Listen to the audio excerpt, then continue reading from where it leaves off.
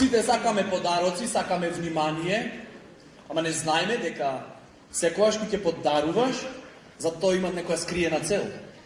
Повели, леле шубо е, шо е поводот? Ништо, ма онака. Ми текна дек сме 6 години во врска и...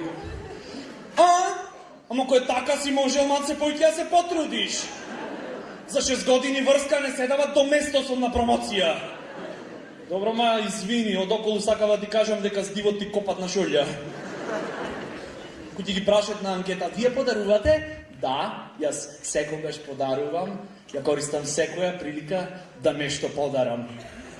Шо беше последното што сте го подариле? Извини, дечко, не ти го разбирам прашањево. Има 3 фази кои ќе подаруваш нешто и мора да се запазат. Број 1, треба да одбериш на кого му подаруваш. И то не е случајно.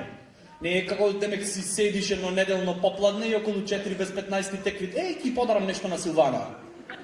Не. Мора да одбериш.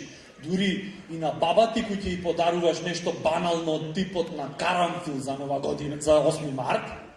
Ти не го правиш тоа туку така, го правиш за знаеш дека е стара, изнемоштена и дека наскоро ќе умри. И сакаш да ја покажеш дека тука секогаш има некој за неја.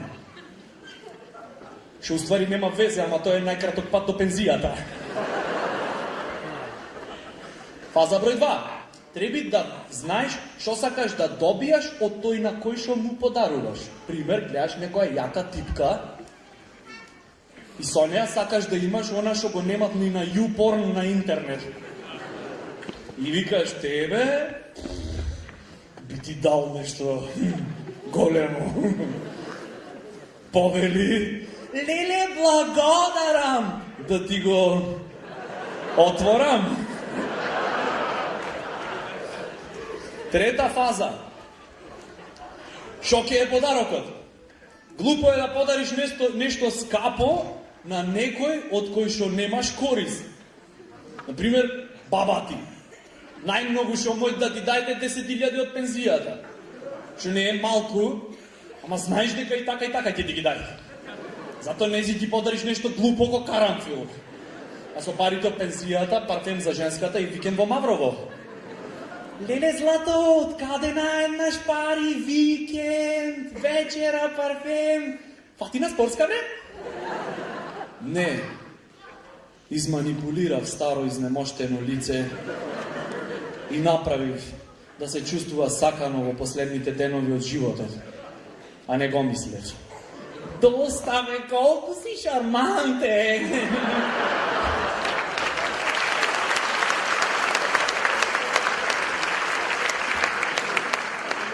Сме кај парфемиве, дали имате приметено дека без разлика колку и да си чист и педантен, само што ќе влезиш во некоја парфимерија, осеќаш некако ко да подзамириси. Има 150 парфеми на метар квадратен. Без разлика колку и да си чист и педантен, пак нешто подкопви там некаде. И персоналов што работи во парфимерија. Сите ко подкалап бирани. Ако е девојка, тогаш гаранте висока плава и со пеглана коса. Ако е дечко, тогаш е плав, црн, пасив, актив, се што треби. И очи олка и типкава. Ко финџали. Нормално. Цело време се изложени на етерични улја и нон-стоп се хај. Кој се врати дома, вики, мама, окей си? Шо ти е, мило? Добивме нова колекција. Те гледат, цело време имаш печаток дека ти се чудит за нешто. Нормален човек таква фаца прави само при длабоко изненадување. Тато геј сум. И сиве типки, олка и ногти. Излакирани ко ликовна колонија. За да ги приметиш сите детали, треба кустос да ангажираш. Да, ова е една многу интересна галерија, се работи за дела, 10 прстини ми се вика концептот.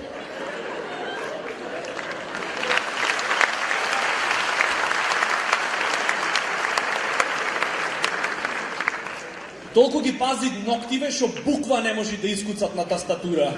Извини, дечко, не можам да ти наплатам, ќе ми заглави ногте во ентеро. А стаклава од парфюмерије толку се исполирани, што на бегање не можеш излезот да го најдеш. И се правиш дека уж нешто до разглед виш. Треба да вземам нешто.